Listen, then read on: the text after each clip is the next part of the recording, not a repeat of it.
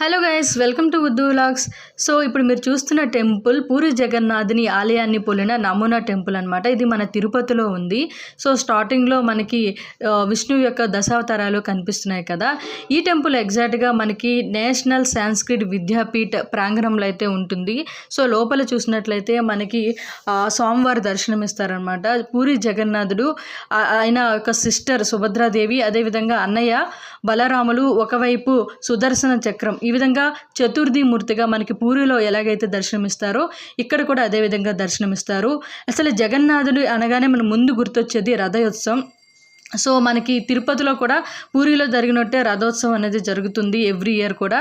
So ఎవరైనా already visit చేసి ఉంటే ప్లీజ్ కామెంట్ చేయండి. అదేవిధంగా ఇంకా ఎవరైనా విజిట్ చేసుకోని ఉంటే ఈసారి తిరుపతి వచ్చినప్పుడు ఖచ్చితంగా విజిట్ చేసుకోండి.